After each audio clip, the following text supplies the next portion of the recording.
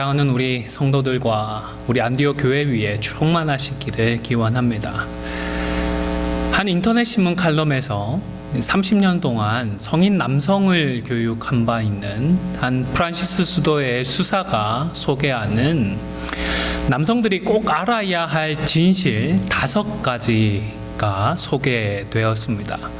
첫 번째는 죽음을 기억하라는 것입니다. 왜냐하면 사람이 죽음을 기억해야 사는 방식을 바꿀 수 있기 때문이라고 합니다. 다시 말해서 우리의 시간이 제한적이라는 이 사실을 기억할 때에 사람은 건강하게 살 수 있다는 것입니다. 두 번째로는 삶은 힘들다라는 것입니다. 우리가 미래를 준비하면 다가올 수 있는 위험을 줄일 수는 있지만 그렇다고 우리의 삶이 쉬워지지는 않습니다. 따라서 사람답게 살려고 결심을 했다면 있을 수 있는 고통을 각오하라는 것입니다. 세 번째로는 당신은 그렇게 중요한 사람이 아니다라는 것입니다. 이 세상의 중심이 내가 아니라는 이 사실을 깨닫게 될 때에 비로소 우리는 준비가 된 것입니다. 네 번째로는 당신의 삶은 당신을 위한 것이 아니라는 것입니다. 사람은 자신을 잃어버릴 정도로 무엇인가에 헌신하고 있을 때에 가장 강력한 삶의 행복을 느끼고 자신이 중요하게 여겨지지 않는 그것이 참 자유의 시작이라고 합니다. 다섯 번째로는 삶의 결과는 당신의 손에 달려 있지 않다는 것입니다. 홀로 서기가 아니라는 것을 기억하라는 것입니다. 공동체의 일원이 되어서 공동체를 신뢰하는 법을 배워야 하는 것입니다. 여러분, 이 5가지 이야기를 들으시면서 어떤 생각을 하셨습니까? 아마 저처럼 대부분의 성도들도 그렇다라고 쿨하게 인정하고 싶지만은 않을 것도 같습니다. 하지만 찬찬히 이 내용들을 곱씹어 보면 모두가 사실이구나 그렇게 인정할 수밖에 없을 것 같습니다. 진실을 마주하고 진실을 기억하는 것은 우리의 삶에서 참 중요한 문제입니다. 눈 가리고 아웅하지 말아야 하는 것입니다. 설령 우리가 큰 잘못을 했더라도 숨기고 그것을 부정하는 것이 아니라 솔직하게 인정을 해야 새롭게 출발할 수가 있는 것입니다. 이번 코로나 바이러스 사태로 계속 어렵고 모두들 힘이 듭니다. 답답함을 느끼시는 분도 계시고 이제는 답답하다 못해 지루하다 느끼는 분도 계실 줄로 압니다. 하지만 코로나가 위험하고 고통스럽다는 이 사실은 우리가 사실로 인정을 해야 합니다. 이 사실을 받아들이고 인정을 해야 이 기초 위에서 우리가 흔들리지 않을 수 있는 그런 튼튼한 집을 지을 수가 있기 때문입니다. 그래야 또 다른 고통이나 아니면 더 큰 어려움을 미연에 방지할 수가 있는 것입니다. 공생의 3년 동안 예수님과 함께했던 제자들도 예수님과 함께했던 그 기간이 그들에게 얼마나 큰 축복이고 은혜였는지 그 당시에는 제대로 알지 못했던 것 같습니다. 예수님께서 함께 계셨기 때문입니다. 그리고 앞으로도 계속해서 예수님과 함께 하면서 예수님을 중심으로 새롭게 될 하나님의 나라에서 자신들이 중요한 자리 한 자리씩 차지하며 잘 살 수 있을 줄 알았습니다. 예수님께서 죽으시고 또 그들을 떠나신다라는 이런 생각은 꿈에도 하지 못했던 것입니다. 그래서 예수님께서 자신의 죽음과 부활에 대해서 말씀을 해주셨을 때에 그들은 제대로 이해할 수가 없었습니다. 그래도 예수님은 이해 못할 얘기를 제자들에게 계속 반복하셨습니다. 제자들 중에 한 명은 예수님을 팔 것이라고도 말씀을 하셨고 누구보다도 열심을 내어 예수님을 쫓고 있었던 베드로는 3번이나 예수님을 부인할 것이라고도 말씀을 하셨습니다. 비록 이 말씀의 의미를 제대로 이해하지는 못했지만 그래도 부정적인 이야기들을 계속 하시니까 제자들의 그 마음이 점점 불안해졌을 것입니다. 근심이 찾아왔겠죠. 이런 제자들을 향해서 예수님은 마음에 근심하지 말라고 하셨습니다. 여러분, 이 구절만 읽으면 코로나로 인하여서 여러 가지 근심을 하고 있는 우리들에게 주시는 말씀으로 받고 싶습니다. 하지만 이 말씀은 그 당시 제자들을 향하여서 예수님을 믿고 예수님의 죽으심과 그 뒤에 찾아올 이별에 대해서 근심하지 말라는 말씀인 것입니다. 더 좋은 일들을 위해서 죽으시고 또 떠나셔야 하시기 때문에 예수님과의 이별을 근심하지 말라고 말씀하시는 것입니다. 예수님은 제자들을 위해 거처를 예비하는 좋은 일을 위해서 가신다고 하셨습니다. 2절에서는 거할 것이 어떻다고요? 네, 많다고 하셨습니다. 그런데 거처를 예비하러 가신다는 이 말씀과 뭔가 앞뒤가 맞지 않는 것 같습니다. 이미 충분히 많은데 더 예비할 것이 과연 무엇이었을까요? 그러나 이것은 예수님께서 하신 일종의 비유의 말씀입니다. 문자적으로만 이해하지 않도록 조심해야 합니다. 중요한 것은 예수님이 하나님의 나라를 위해서 죽어야 하고 또 제자들을 떠나셔야 한다는 것입니다. 그리고 이 천국의 길은 비록 좁고 많은 사람들이 원하지는 않는 그런 길이지만 그래도 많은 사람들을 위해서 준비가 되었다라는 이 사실입니다. 신천지와 같은 사이비 이단들에서는 아마도 경쟁을 유발하고 절박함을 강조해서 이기적인 욕심에 사람들의 눈을 멀게 만들기 위하여서 14만 4천과 같은 표현을 문자적으로 믿어야 한다고 주장을 합니다. 하지만 예수님은 분명히 거할 곳은 많다고 하셨던 것입니다. 설교를 준비하면서 읽은 한 책에 보니까 이 비유를 통하여서 우리가 기억해야 할 내용에 대해서 잘 설명을 해 주었습니다. 첫 번째는 예수님께서 가장 원하시는 것이 우리를 천국 백성으로 삼는 것이다 라는 사실입니다. 이 일만큼은 예수님께서 직접 하시고 또 스스로 이 일을 위해서 죽어주실 정도로 주님이 간절히 원하신 일인 것입니다. 두 번째로는 우리들은 그 나라에 들어갈 자격이 없는 사람들이라는 이 사실입니다. 다 죄인들이고 다 멸망의 자녀들이라서 아무도 그 나라에 들어갈 수가 없습니다.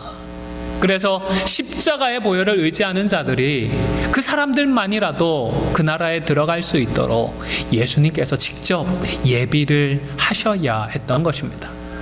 여러분, 혹 하나님께서 우리 인간들의 죄에 대해서 반응하시는 것들을 보면서 불만 아닌 불만이 있는 분이 계실지 모르겠습니다. 아마도 큰 불만은 없더라도 다음과 같은 종류의 이런 질문들은 한 번쯤은 마음속에 떠올려 보셨을 것 같습니다. 하와가 과일 하나 따먹은 것이 무슨 대수라고 그 한 입 먹은 것을 가지고 하나님은 인류 전체를 향해 유죄 선고를 내리셨을까요? 도대체 우사가 얼마나 큰 잘못을 했길래 단 한 번의 접촉으로 그를 죽이셨을까요? 롯의 아내는 단 한 번 뒤돌아보았을 뿐인데 하나님은 왜 그렇게 매정하게 소금 기둥으로 만들어 버리셨던 것일까요? 하나님을 하나님 되게라는 책이 있습니다. 이 책에 보니까 한 심리학 저널을 인용하면서 미국인의 거의 70%는 자신의 도덕성이 평균 이상이라고 생각한다라고 알려주었습니다. 그러니까 열의 7은 자기 자신을 선하고 좋은 사람이라고 그렇게까지는 생각하지 않더라도 그래도 나 정도 되는 사람이면 결코 나쁜 사람은 아니야. 적어도 나는 안 좋은 그런 사람은 아니라고 생각한다는 것입니다. 아마 우리 한인 이민 1세들도 이런 평균치에서 크게 벗어나지는 않을 것 같습니다. 그런데 이 책의 저자는 다음과 같은 말을 덧붙였습니다. 한번 들어보시기를 바랍니다. 도대체 평균 내는 법을 어디서 배웠는지 모르겠다. 대부분의 사람들은 내심 자신이 꽤 선하다고 자부한다. 보통 우리는 자신의 선함을 남들과 비교해서 판단한다. 우리는 자신이 완벽하지는 않지만 저 사람들만큼 나쁘지는 않다고 생각한다. 다들 상대 평가에서만큼은 자신 있어 한다. 이 말이 무엇을 말하고자 하는지 아마 잘 이해하실 줄로 압니다. 그런데요, 여러분, 우리 하나님께서는 우리 인간들의 죄의 문제를 어떻게 생각하실까요? 하나님은 죄를 상대평가를 하실까요? 아니면 절대평가를 하실까요? 다른 사람들보다 내가 좀 더 나은 것 같다고 해서, 아니 실제로 정말 훨씬 더 낫다고 해도 이것이 하나님 앞에서는 결코 괜찮은 것이 아닌 것입니다. 왜냐하면 죄에 대한 하나님의 평가는 상대평가가 아니라 절대평가이기 때문입니다. 잘 아시는 로마서 3장 23절에서는 하나님의 절대평가에 대해 기록을 하고 있습니다. 모든 사람들이 죄를 범하였음에, 모든 사람들이 죄를 범하여서 모든 사람들이 하나님의 영광에 이르지 못한다라고 했습니다. 모든 사람이 하나님의 영광에는 이르지 못할 정도의 죄인이라는 것입니다. 여러분, 이 말씀을 그냥 바울이라고 하는 한 사람의 생각이다 평가절하 하지 마시기를 바랍니다. 바울을 통해서 우리 하나님께서 자신의 그 판단과 생각을 우리에게 정말로 피를 토하는 심정으로 말씀해 주시는 것입니다. 이 죄의 문제만큼은 단 1%도 용납할 수 없다는 거룩하신 하나님의 뜻을 바울을 통하여서 이렇게 분명하게 말씀을 하시는 것입니다. 좀처럼 이해하기 힘든 사람들이 있습니다. 한국이 코로나19 사태에 정말 대처를 잘하고 있습니다. 확산 방지에 성공하나 했는데 최근에 유흥업소에 출입하는 사람들을 통해서 다시 확산이 되고 있습니다.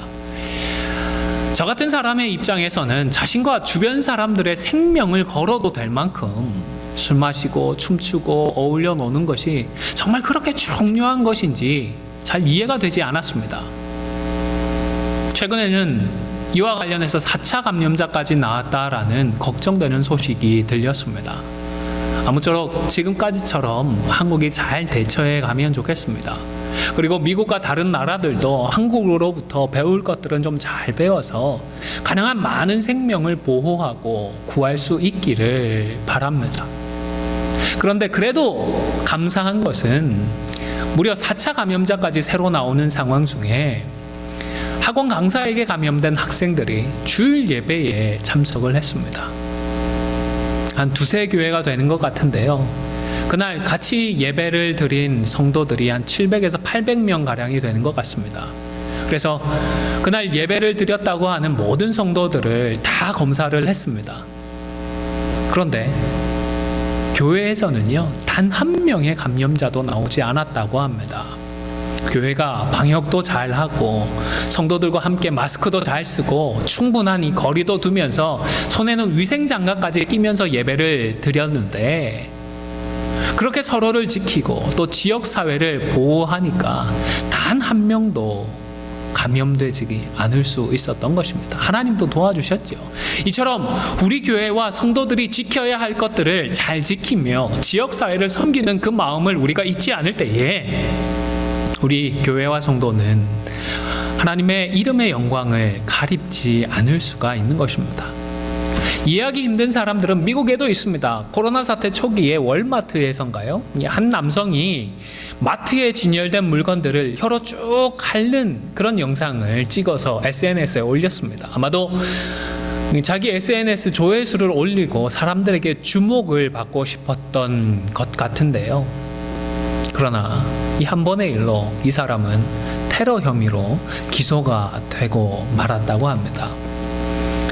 또 다른 주에서는 한 여성이 대형마트 66 코너 앞에서 의도적으로 기침을 했다고 합니다. 그래서 그날 35,000달러 상당의 식료품들이 다 폐기 처분되기까지 했다고 합니다. 여러분, 이런 사람들의 이런 행동을 접하면서 저는 이 사람들이 정말 이상하다, 정말 이해가 되지 않는다라고 느꼈습니다. 아마 저와 같이 비슷하게 느끼는 분들도 꽤 계실 것 같습니다. 혹 어떤 분들은 분노하기도 하셨을 것입니다.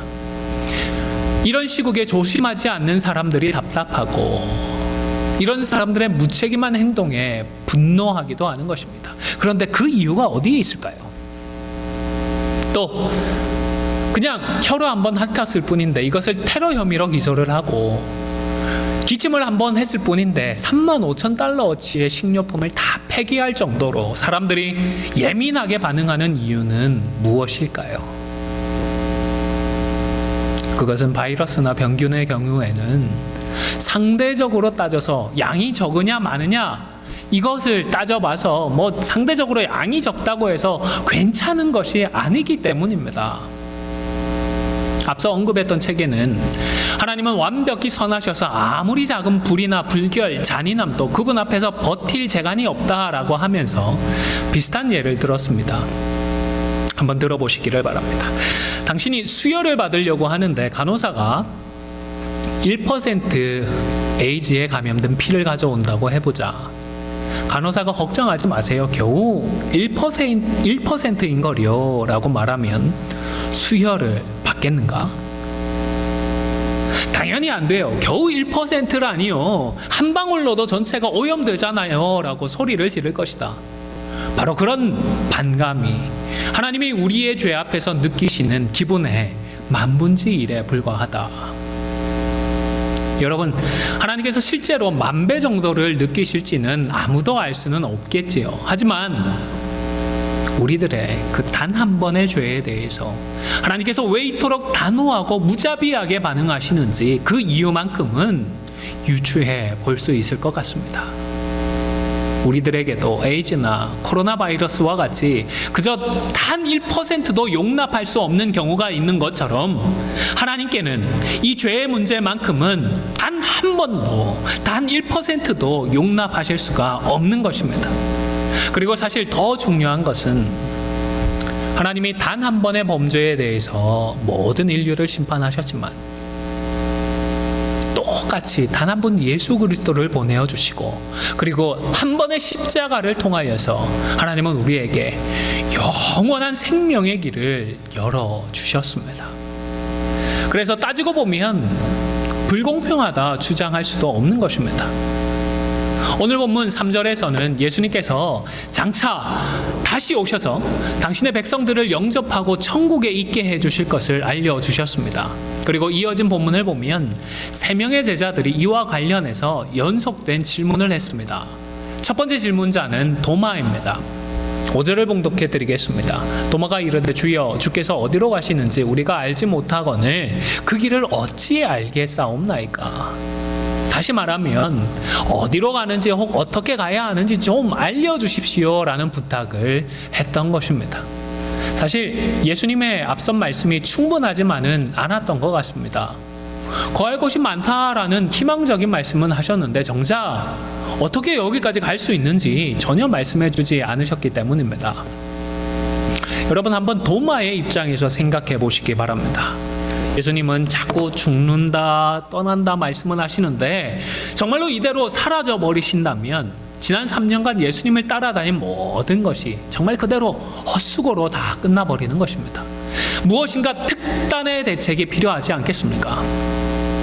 이 야무지고 실제적인 사람인 도마는 예수님 그런 말씀만 하지 마시고 혹 예수님이 정말로 어디론가 떠나시더라도 우리가 직접 그곳을 찾아갈 수 있도록 아버지께로 가는 실제적인 그 길이나 방법을 알려주십시오 부탁을 하고 있는 것입니다. 도마가 했던 이런 고민, 다시 말해서 아버지께로 가는 길을 모른다는 것은 우리 모든 인생들에게 해당되는 공통된 문제입니다. 우리 스스로의 지혜와 능력만 가지고는 아무도 천국에 갈 수 있는 실제적인 그 길이나 방법을 모르는 것입니다. 그런데 여기서 예수님은 정말 중요한 대답을 해주셨습니다. 6절입니다. 예수께서 이르시되 내가 곧 길이요 진리요 생명이니 나로 말미암지 않고는 아버지께로 올 자가 없느니라. 아멘. 여러분, 예수님은 인간적인 어떤 솔루션이나 다른 실제적인 방법이 아니라 오직 우리 예수님만이 그 길이고 진리고 생명이라고 말씀을 해주셨습니다.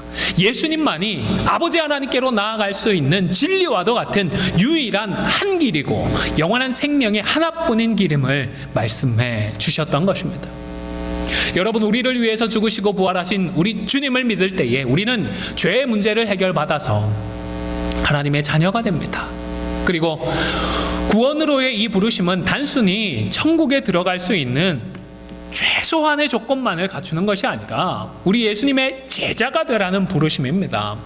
왜냐하면 예수님은 제자들에게 가서 모든 민족을 제자로 삼으라고 하셨기 때문입니다. 그들에게 복음을 전해라. 그들이 그냥 최소한의 구원받을 조건만 갖출 수 있도록 해라가 아니라 모든 민족을 다 제자로 삼으라고 하셨던 것입니다. 이것은 하나님과의 성숙된 관계를 의미합니다. 장차 완성될 하나님 나라에서 천국을 천국으로 누리며 하나님을 하나님으로 알고 교제하며 살 수 있는 거룩한 신앙의 그 인격을 제대로 갖추어야 하는 것입니다. 그래서 이어진 빌립의 질문을 통하여서 예수님과의 관계에 대해서 말씀을 하셨던 것 같습니다. 8절에서 빌립은 예수님께서 아버지를 보여달라고 했습니다. 이것은 가는 길을 좀 알려달라는 도마보다 훨씬 더 직접적이고 그리고 당돌한 요구인 것 같습니다. 물론 이것은 인간적인 요구이지만 또 그만큼 자연스러운 그런 부탁이기도 한 것 같습니다. 분명하고도 특별한 경험이나 체험이 아무래도 우리에게는 좀 유익할 수 있기 때문입니다. 다메섹 도상에서 바울처럼 특별한 그런 경험을 하거나 불타는 떨기나무에서의 모세처럼 특별하게 하나님을 경험하는 것은 틀림없이 큰 도움이 되고 유익이 될 것 같습니다. 그런데 이런 빌립의 모습에 예수님은 다소 답답하셨던 것 같습니다. 이렇게 오래 함께 있었는데도 아직도 알지 못하느냐라는 말씀을 하셨기 때문입니다. 그리고 동시에 이 말씀은 하나님의 자녀들에게 있어서 정말 중요한 것은 우리 예수님을 아는 것임을 교훈하시는 말씀이기도 합니다. 여러분, 성경에서 이 안다라는 표현은요, 부부관계에 사용될 정도로 아주 친밀한 관계를 표현하는 단어입니다. 따라서 예수님을 안다는 것은 예수님과의 인격적인 관계에 있어서 그만큼 친밀하게 안다라는 것입니다. 그리고 인격적인 관계에 있어서는 믿음이 참 중요합니다. 이것은 하나님과 우리와의 관계에만 특별하게 해당되는 것이 아니라 모든 인격적인 관계에 다 해당되는 그런 것입니다. 여러분, 우리는 배우자가 다른 남자나 다른 여자와 부적절한 관계를 맺지 않을 것을 믿습니다. 이런 믿음의 기초에서 결혼을 했습니다. 그리고 부부는 서로의 이런 믿음에 부응을 하면서 살아갑니다. 예수님을 믿는다는 것은 말씀하신 대로 예수님께서 성취하신 그 모든 일과 주신 모든 약속을 이루어 주실 그 예수님의 인격을 믿는 것이기도 합니다. 이러한 예수님의 말씀을 듣고 있던 야고보의 아들 유다도 예수님께 질문을 했습니다. 22절에 보면 우리에게는 나타내시고 세상에는 아니하려고 하십니까? 라고 물었던 것입니다. 계속되는 설명에도 불구하고 세상에서 유명세를 떨치고 무엇인가 세상에서 좀 인정을 받고자 하는 그런 일을 하고 싶어하는 마음이 남아 있었기에, 그리고 또 아직 오순절 성령께서 임하지 않으셨기 때문에 예수님께서 말씀하시는 그 가르침들의 참 의미를 제대로 깨닫기는 어려웠던 것 같습니다. 그런데 예수님은 이 유다의 질문에는 제대로 대답해 주시지 않고 앞서 했던 말씀을 또 반복하시는 것 같습니다. 아마도 너무 답이 뻔했기 때문인 것 같습니다. 23절 하반절에 보면 우리가 그에게 가서 거처를 그와 함께 하리라고 하셨습니다. 다시 말해서 예수님은 구원받는 자에게만 자신을 나타내길 원하시지 죄의 문제를 해결하지 못한 믿지 않는 세상에 굳이 자신을 나타낼 마음이 없으신 것입니다. 우리 예수님의 관심은 믿지 않는 세상이 아니라 믿음으로 주님과의 인격적으로 친밀한 그 관계를 시작한 사람들이 그 사랑의 관계에 거하고 또 더 풍성해지는 이것에 있지 않나 싶습니다. 그래서 사랑한다는 말만이 아니라 예수님의 말씀과 계명을 지키는 것에 대해서 빌립의 질문 때부터 많은 부분을 할애해서 설명을 하셨던 것입니다. 15절에서는 너희가 나를 사랑하면 나의 계명을 지키리라고 하셨습니다. 또 21절에서는 나의 계명을 지키는 자라야 나를 사랑하는 자니 나를 사랑하는 자는 내 아버지께 사랑을 받을 것이요 나도 그를 사랑하여 그에게 나를 나타내리라고 하셨습니다. 그리고 23절에서는 사람이 나를 사랑하면 내 말을 지키리니 라고 하셨고, 마지막으로 24절에서는 나를 사랑하지 아니하는 자는 내 말을 지키지 아니하나니 라고 하셨습니다. 여러분, 예수님께서 이렇게 반복하시면서 강조하듯이 우리는 어떤 인격을 사랑하면 그 인격의 말을 기억하고 자발적으로 말을 지키게 되어 있는 것 같습니다.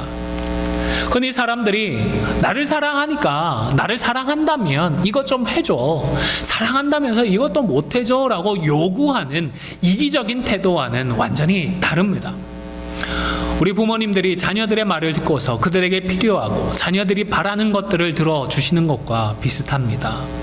또 사랑하는 아내가 사랑하는 남편이 했던 그 말들을 내가 자발적으로 반응해 주는 것과도 비슷한 것입니다.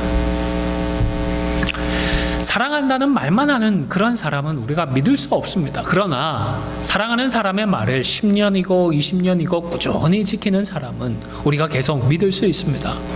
우리만 믿는다고 하지 말고 이제는 주님이 우리를 믿을 수 있고 하나님이 교제할 수 있는 성숙한 그런 인격자로 우리가 자라야 하는 것입니다.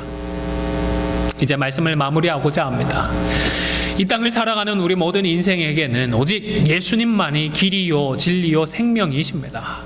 예수님께서 스스로 길과 진리와 생명이 되어주신 것은 우리에게는 하나님이 단 한 번이라도 결코 용납할 수 없는 죄가 있기 때문입니다. 그러나 예수님은 어떤 수단이나 도구가 아닙니다. 인격자이십니다.